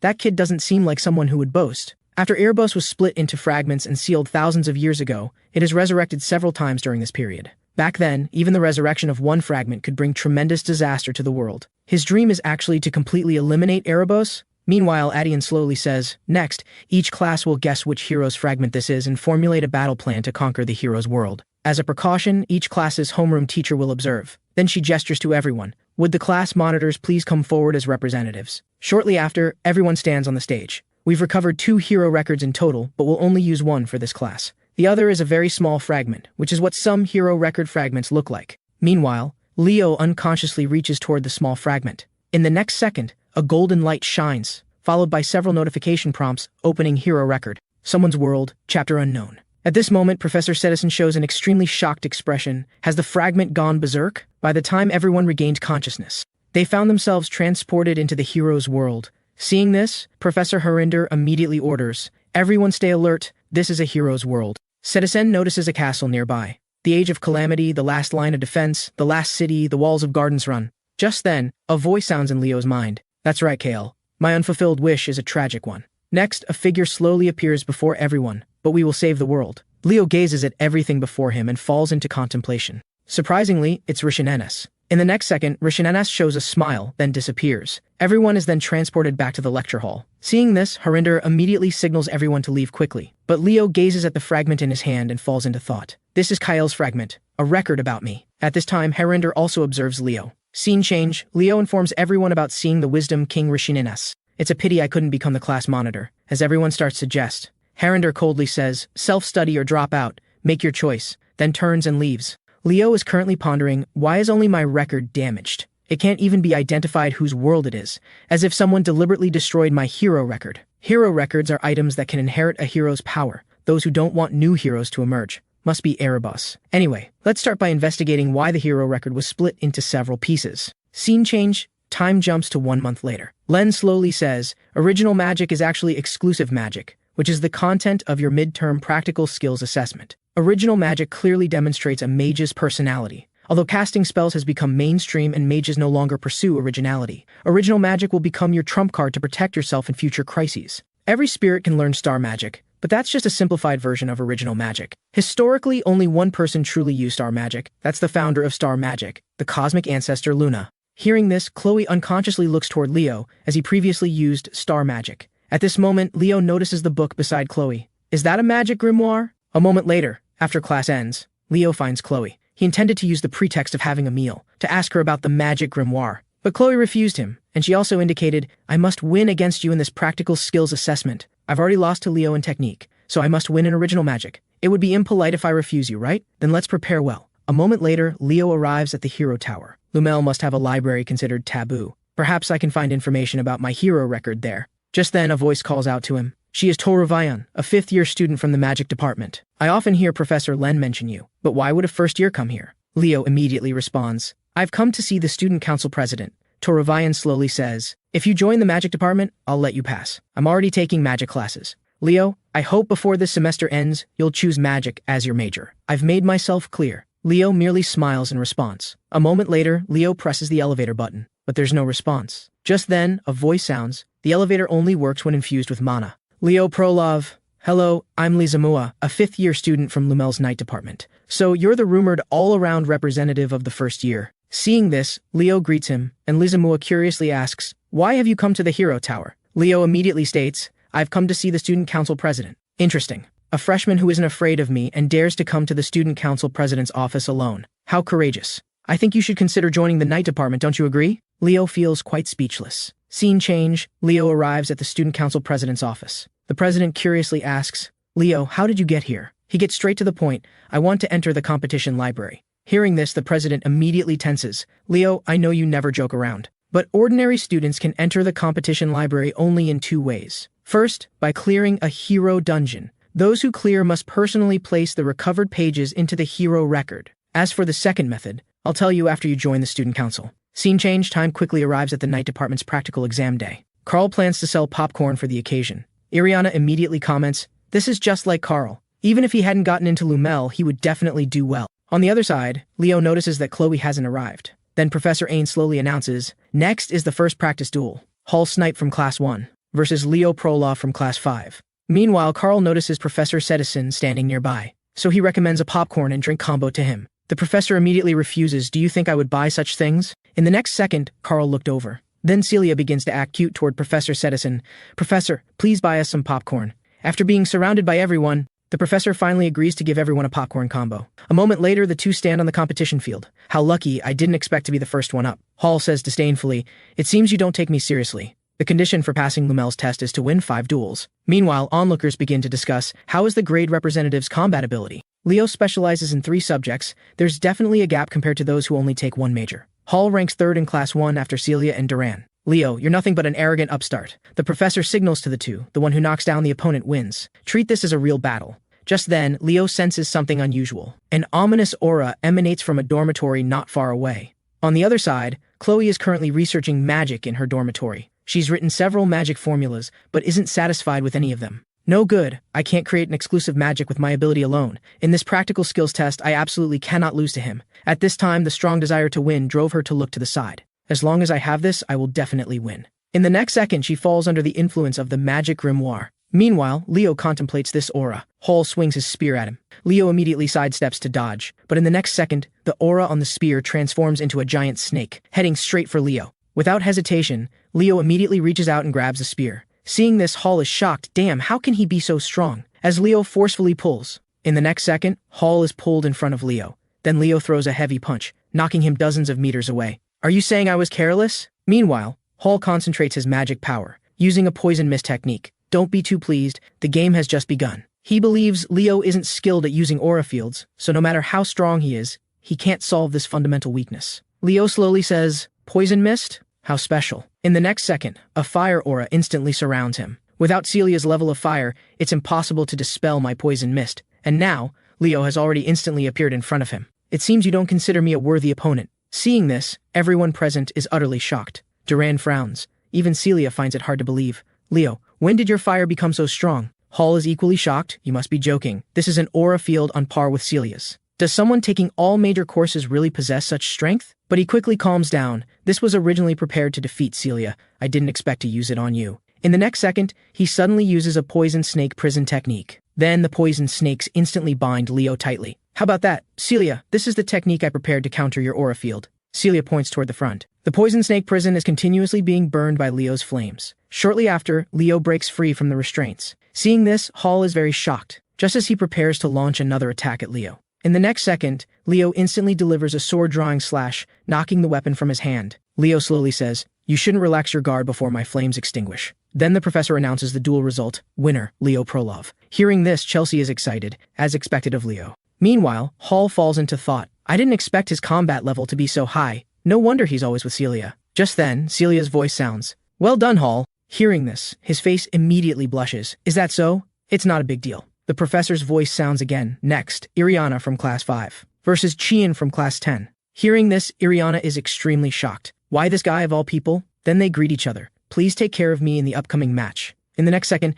Chian is instantly surrounded by a water attribute aura field. Iriana also launches her fire aura field without backing down. Then she suddenly charges toward Chian. Seeing this, Leo is surprised. This must hurt. Next, Iriana crashes hard into Chian's aura field defense, then is instantly knocked back dozens of meters. The winner of this duel is Chian. As expected, I truly have no chance against you. Leo slowly says, although her aura attribute counters yours, it's a pity you couldn't respond calmly. Next, Celia from Class 1 versus Duran from Class 1. Celia is very excited. I didn't expect my opponent to be you. The upcoming duel will definitely be interesting. Even Leo shows great anticipation for this. In the next second, both sides unleash incredibly powerful aura fields. Let's see who is the strongest in Class 1. Hearing this, everyone present is utterly shocked. In the next second, Duran uses his lightning aura field to quickly attack Celia, but she easily blocks it. Seeing this, a student is shocked. Is this a battle between geniuses? Carl curiously asks, Leo, who do you think will win this duel? It looks like Celia is about to lose, but judging from her eyes, she seems to be hiding a trump card that can reverse the outcome. Meanwhile, Duran concentrates his aura field on his legs, then quickly approaches Celia. In the next second, Duran swings his sword at Celia. Seeing this, Celia immediately raises her sword to block. Then she raises her sword high, concentrating the fire aura field on the sword. Next, an incredibly powerful fire aura field instantly envelops them both. Seeing this, everyone present is utterly shocked. Even Leo can't help but praise her. Well done, Celia. Celia realizes her speed is inferior to Duran's, so she restricts Duran to a certain range. From now on, Duran's actions will be restricted within the fire aura field. Duran now realizes the situation isn't good. This girl is already impressive enough, but now she seems to have become even stronger. While Duran is distracted, Celia has already instantly appeared behind him, then swings her sword at him. In this critical moment, Duran quickly responds, just as he's about to launch an attack on Celia. In the next second, Celia suddenly grabs his weapon, then delivers a headbutt, knocking him unconscious on the spot. With this, the duel between them ends. The winner is Celia Gerdinger. Celia slowly says, why don't you try developing your strength as well? Then Celia extends her hand to help him up. Meanwhile, Leo slowly says, it seems your efforts haven't been wasted, Celia. Just then, Professor Herrender's voice sounds, so Celia really won. Class monitor, your explanation was very clear. A moment later, the night department's practical exam finally concludes. Celia achieved a record of 4 wins and 1 loss. Duran achieved a record of 4 wins and 1 loss. Chian also achieved a record of 4 wins and 1 loss, while Leo achieved 5 victories. After the night department's practical exam concludes, they also complete Professor Herrender's language studies written exam. Everyone, don't get expelled because you failed the exam. Hearing this, Iriana is very dissatisfied. The professor threatens us with expulsion every time. Meanwhile, the other two hope Chelsea can show them the answers. Leo lies lazily on the desk. Just then, Neela asks him, "Class monitor, how did you do on the—" "Not bad. The class monitor always looks completely confident. If you feel unwell, you can tell me. I'll use healing magic to help you." Hearing this, Carl immediately shows interest. "Neela, my shoulder is a bit sore." In the next second, Chelsea punches Carl's shoulder. "It shouldn't be sore anymore, right?" He is very curious. "Leo, is your summoning practicum going smoothly?" Tade said, "You hardly ever go to the summoning practice field. I'm just working hard where they can't see me." As expected of Leo. "So what place do you think you'll get in the summoning exam?" "Do you even need to ask?" "First place, of course." Scene change. Time quickly arrives at the day of the summoning practical exam. Lombatis, a third-year summoning student, is introducing this exam to everyone. Celia is very curious. Is this really an exam? Of course, the summoned beast race is a traditional test. Friendship matches also use this event, so everyone takes it very seriously. A blonde boy nearby is very worried. With so many people watching, the pressure feels immense. Leo quietly observes the front. Elizaveta slowly says to Leo, "You performed well in the night department exam. But are you ready for the summoning department's exam?" "Of course," Leo affirms. "But I remember you didn't practice, right? Are you underestimating the summoning department?" "That's right." Hearing this, the surrounding crowd immediately erupts in anger. "If you have such a perfunctory attitude, you should withdraw from the summoning department early." Tade, even as classmates, don't help him. "This kid completely looks down on our summoning department." Sheehan notices the situation isn't good. This will affect the exam if it continues. Meanwhile, Sean Leo slowly says, "Chian, your night department scores are good, so you don't care about summoning department scores either." Just then, Warden Tayden stops everyone's argument. "Just because you rode phantom beasts a few times, you start forming cliques. Don't appear before me, go make trouble elsewhere." Hearing this, Sean immediately becomes furious. "Your arrogant attitude is really detestable. Look how guilty you appear. I don't see you at training either. That's because there's no need to participate in training. I'm not like you novices who can't even ride griffins." Just as Sean prepares to attack Warden, Leo stops him. "Fighting during the exam will disqualify you." Hearing this, Sean angrily leaves. At this time, Tade explains to Leo, "The atmosphere in our summoning department this year is very bad. The power gap between summoning department majors and minors is huge. You and Xian haven't specialized in summoning, but your grades are top-ranked. So the second-year summoning department seniors gave us a scolding." Leo also realizes that he appears too casual in their eyes. On the other side, a figure secretly observes Sean. Is it finally starting? Sean's thoughts seem to be influenced. "You arrogant bunch, I'll take you all down during the exam."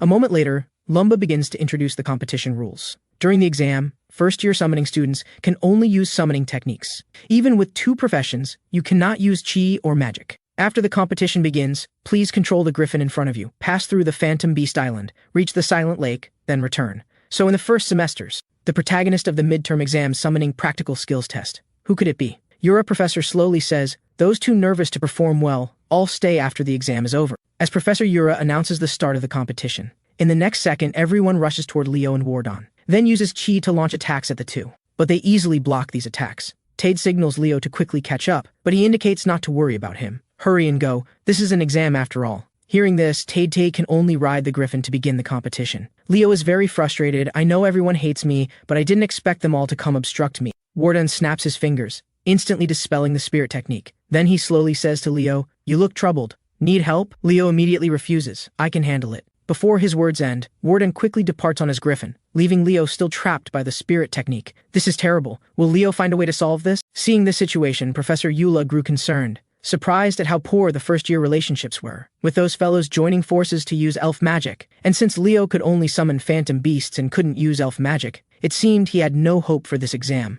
But in the next moment, Professor Eula displayed an expression of absolute shock. Leo was slowly chanting in the language of elves, and elves, "Release my bindings and open the path forward." It was the language of elves, and so fluent. But Eula quickly realized, of course he could, he was a genius after all. I must convince him to choose the summoning specialty. Meanwhile, the students who had departed earlier were chatting confidently, saying things like, "Trusha, a class representative. He's definitely going to be in last place." And Choch, how about it, Elizabeth? This victory was extremely easy, wasn't it? Hearing this, Elizabeth was quite displeased. "Shan, I don't appreciate your methods. Even without your interference, I would still have defeated Leo and Voradon. What you did reflects poorly on the summoning school." Rio responded indifferently. "Tis is nothing, but they've certainly been humiliated this time. Could you think before acting in the future?" With those words, Elizabeth left in anger. Seeing this, Rio became angry. Just because she's from a noble family, why act so self-righteous? Whatever, I'm guaranteed second place now. And it comes to controlling flying phantom beasts, apart from Elizabeth, I'm the best. Plus I had help this time. Just then, Qian suddenly appeared behind everyone. Rio was shocked. She hadn't used spirit power to enhance her phantom beast, so why was she so fast? Simultaneously, a nearby student quickly summoned a wind spirit. Children, let's make sure she fails. In the next second, Qian suddenly changed direction, then flew above the female student. Before she could react, Qian kicked her, sending her flying tens of meters away. Damn it, that's against the regulations, Chen replied casually. Cindy didn't use any chi. Seeing this, Rio quickly said, making an enemy of us was a mistake. And true, aerial combat is disadvantageous for me, but your enemies aren't limited to just me. Someone else was angered by your prank. The next moment, a loud noise erupted from behind. Voradon is someone who always repays a grudge. At that moment, he was throwing fireballs relentlessly at everyone. Consider these my return gifts to you all. Elsewhere, the announcer was declaring to everyone, all-around Representative Leo doesn't seem to be showing any prominence today. Could summoning be Leo's fatal weakness? At the scene, Leo noticed the wound on the griffin. Us as hero candidates, you do things like this? As Leo tightened the reins. The next second, the griffin entered a frenzied state. Seeing this, Celia was shocked, wondering why Leo was pushing himself so hard, while Riss believed he must have his own plans. Leo now pulled the reins firmly. I understand your feelings, but now is the time to listen to me. Such I command you to kneel. The next second, the griffin knelt down on the ground obediently. Without any delay, Leo immediately pulled the knife from the griffin's body, then mounted it directly. Everyone present noticed that the wings of Leo's griffin were injured. Though he could finally depart, it seemed certain he would finish last. Meanwhile, a flame slowly formed in Leo's hand. In the name of the contractor, I command you to appear before me. The next second, a burning chick appeared before Leo. Then, countless sparks ignited around the griffin. Seeing this, Celia was shocked. What kind of flame is this? Riss also contemplated this scene. Is it the Gerdinger's flame? No, this isn't flame created with Chihui. What exactly is this? Meanwhile, others were complaining that they couldn't reach their full speed, though fortunately they weren't in last place. Just then, Leo overtook everyone with lightning speed. Finally, I see them. Time to speed up. But in the next second, Leo seemed to sense something. A massive shadow suddenly appeared before everyone. Seeing this, Leo immediately displayed an expression of absolute shock. Could this be Fafnir? Meanwhile, Elizabeth was thinking about overtaking Voradon. But in the next moment, Voradon snapped his fingers. A flame suddenly appeared before Elizabeth's eyes. Seeing this, she immediately maneuvered her griffin to dodge it. Since Guy is using fire and wind spirits for explosive attacks, Panis is beyond the level of merely controlling spirits. But for Elizabeth, this was trivial. After all, no matter how strong an attack, it's useless if it doesn't hit. She dodged a series of Voradon's attacks in succession. Seeing this, Voradon immediately used ice magic. The next second, countless ice spears shot toward Elizabeth. Simultaneously, Elizabeth commanded her griffin to breathe out fierce flames. In no time, she completely neutralized Voradon's magic. So, it's Phantom Beast enhancement. Just as tensions between them were rising, Qian suddenly appeared, overtaking both. But in the next second, Qian was firmly bound by magic cast by Elizabeth. And in her moment of surprise, a flame appeared before her eyes. Seeing this, Qian leaped into the air to avoid the explosion, then tore through her bindings, and landed back on her griffin. And the elites of the summoning department are truly impressive. At that moment, Rio approached on his black flying dragon. You damn fools! Seeing this, Qian immediately warned Rio. And riding anything other than a griffin, you've already broken the rules. Don't be ridiculous, I don't care about rules. Everyone present was confused. Had he really contracted with a black flying dragon? But this didn't seem like a black flying dragon. Just then, Leo caught up with everyone on his griffin, his expression grave as he spoke. You damned fool. Where did you find this lizard? Hearing this, Rio stated, This is a phantom beast contracted through my summoning abilities. Are you jealous? Leo responded contemptuously, To think you'd mistake this for a phantom beast. This is Fafnir, a monster controlled by Taltaros the magic beast master. It's one of Taltaros's magic beasts that we eliminated during the Age of Disaster. How did he find it? Just then, Rio signaled the black dragon to attack everyone. Seeing this, everyone maneuvered their griffins to dodge, but Qian couldn't evade in time, so she used a Chihui field for defense. As the two energies collided, the next second, Qian was blasted away by the powerful energy. Seeing this, Leo immediately guided his griffin to catch her. She's lost consciousness. I need to ensure Qian's safety first. Let's head to the ground. Leo then guided his griffin toward the ground. Meanwhile, Rio watched everyone from above. And a feeling of looking down on others is quite nice. Elsewhere, the announcer was describing everything, and due to too many sudden events. Would competitors who have left the route please move outside the filming range? At this moment, Yura kicked the commentator away. Now is not the time for commentary. And summoning department assistants, prepare flying phantom beasts immediately. The competition is terminated. Meanwhile, Professor Seidson was confused. Yula, what exactly happened?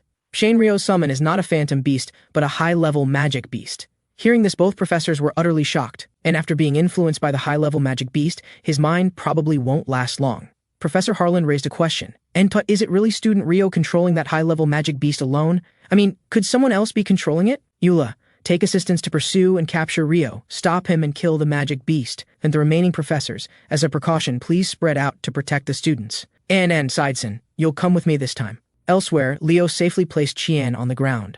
Voradon and Elizabeth also landed their griffins. Just then, Rio's voice rang out. If you're going to hide, hide properly. Why are you all standing in this clearing? Hearing this, Leo slowly explained. Sinai didn't land here to escape, and what you're riding is neither a phantom beast nor a black flying dragon. It's the magic beast Fafnir. Hearing this, Rio immediately tensed. Even the other two displayed expressions of disbelief. Leo continued, I came here to kill this evil creature. The past and present seem to be overlapping. Hearing this, Rio began laughing maniacally. What are you saying? Are you mocking me? The next second, Rio commanded the dragon to attack everyone fiercely. Seeing this, Voradon immediately summoned an earth golem to block it. On eliminating such a disgusting creature, I agree with your idea, Leo.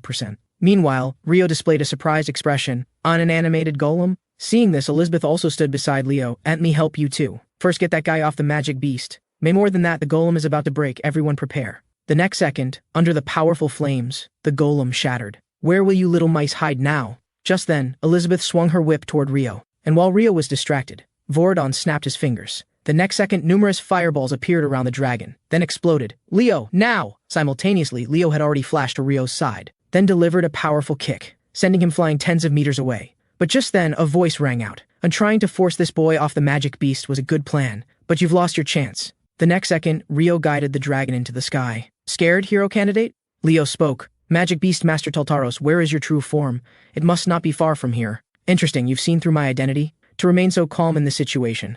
Truly perfect hero material. Since that's the case, die here. The next second, Rio suddenly cast wind magic at Leo. But Leo slipped and plummeted rapidly toward the ground. Seeing this, Leo immediately summoned Fiora. Fiora, it's your time to shine. The next second, Fiora appeared beside Leo. Though he is an all-around hero, no single talent can reach its ultimate level. In Chi, he's inferior to Alwyn and Divino. In magic, inferior to Luna. In summoning, he can't beat Rashinus. So he chose to integrate all abilities together.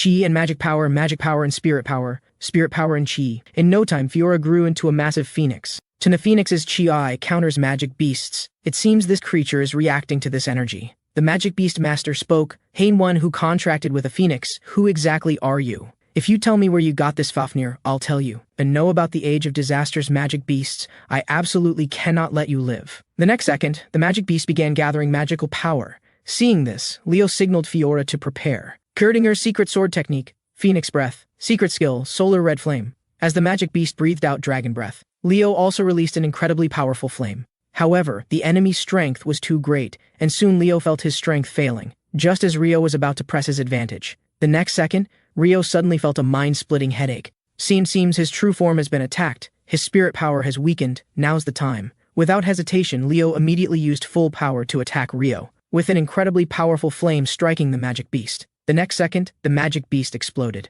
Fiora, thank you for your hard work. You can return now. But just then, Fiora reverted to her original form. Seeing this, Leo immediately broke into a cold sweat. Damn, this is terrible. Elsewhere, the black-robed figure was controlling Rio's mind. But the next second, a blue barrier instantly descended, firmly trapping him. Damn it, who is it? And Magic Beast Master of Taltaros, you're finished. So it's the two pillars of Lumel Academy. The black-robed figure instantly changed form. Though it's regrettable, I'll have to wait for next time. In no time, the black-robed figure escaped as a plume of smoke. It seems they've begun to move. Indeed, Lumel is no longer safe. Meanwhile, Leo was signaling Fiora to return to the Phantom Beast world. The next second, a figure caught the falling Leo. To Leo, you alright? Fortunately, I wasn't late. After Professor Eula caught Leo. Elsewhere at the black-robed figure's base, the leader was controlling a group of magic creatures. The black-robed leader spoke slowly. You look quite pathetic, defeated by a hero candidate. But he explained, Sat was no ordinary hero candidate. Because that guy contracted with a phoenix, and he immediately saw through the black dragon's true identity. Hearing this, the leader immediately tensed. When it seems this matter is becoming increasingly interesting. Scene change, Leo is slowly walking toward the classroom. The summoning midterm exam was ultimately cancelled. Shane Rio died in the end, reminding the freshmen again of the importance of coming to Lumel. Though everyone was curious how Shane contracted with Fafnir. Under Professor Eula's orders, the four who knew agreed to describe Fafnir as a variant flying dragon. Moments later, Leo arrived at the classroom. Today happened to be the magic department's practical exam day. When Chloe entered the classroom, everyone was somewhat surprised as she didn't look well. Had she been up all night again? Even Leo looked at her with concern. Then a last person has arrived. Then Professor Rain slowly announced, I believe everyone has brought their original magic for today.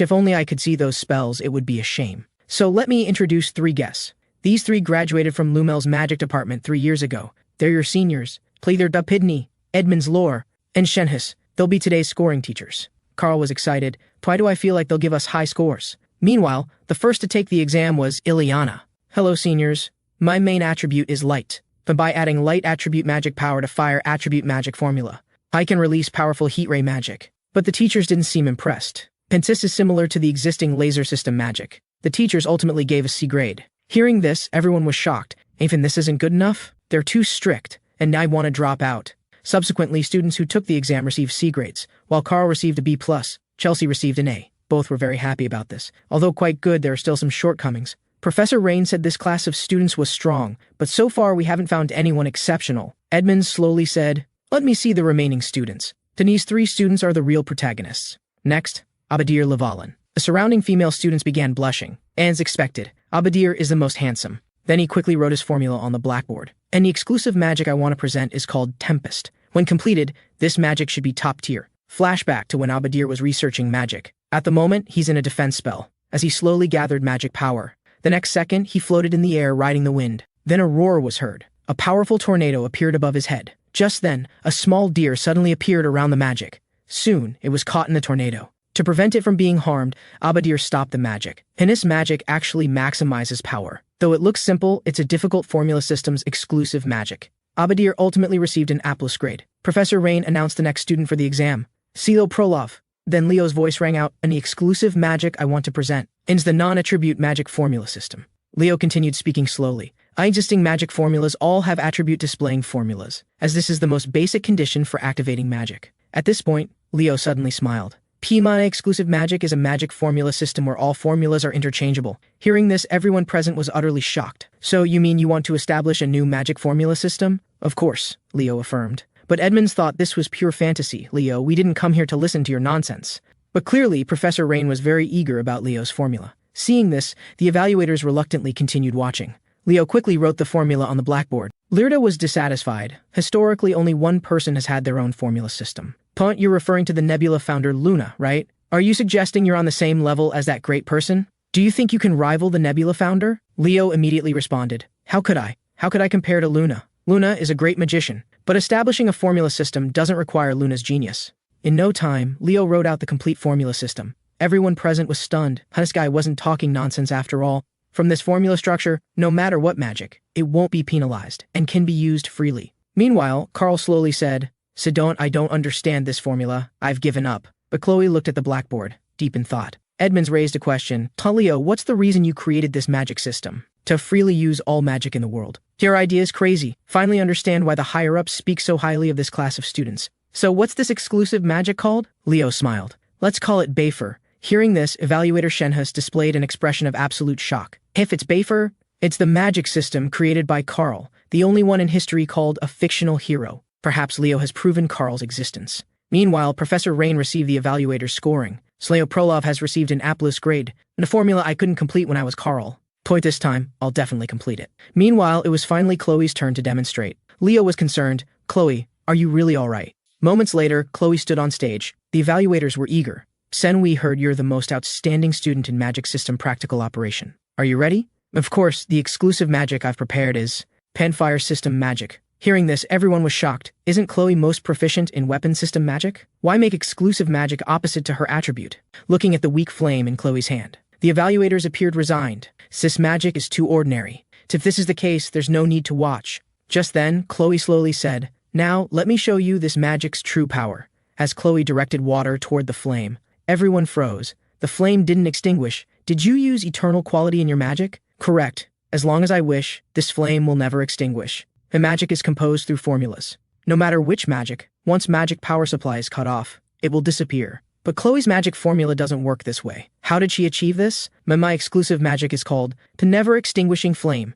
Even Leo found this hard to believe, as it was impossible. Then Professor Rain announced Chloe's score, said Chloe receives an A+ grade. The Never Extinguishing Flame? Even Luna couldn't create it. Only one person could make such a thing, and that's Erebos. Scene change, Leo was in the classroom deep in thought. Earlier, he wanted to call Chloe from her dormitory through Celia, but she said Chloe was very tired and already asleep. Are you looking for her because something happened recently? Why do you ask? She's been acting strangely lately, often arguing with classmates. I heard she's been hanging around with people who have bad reputations in the magic department. Meanwhile, a small chick suddenly appeared beside Leo. Been well recently? Heard you were looking for me, Leo Prolov.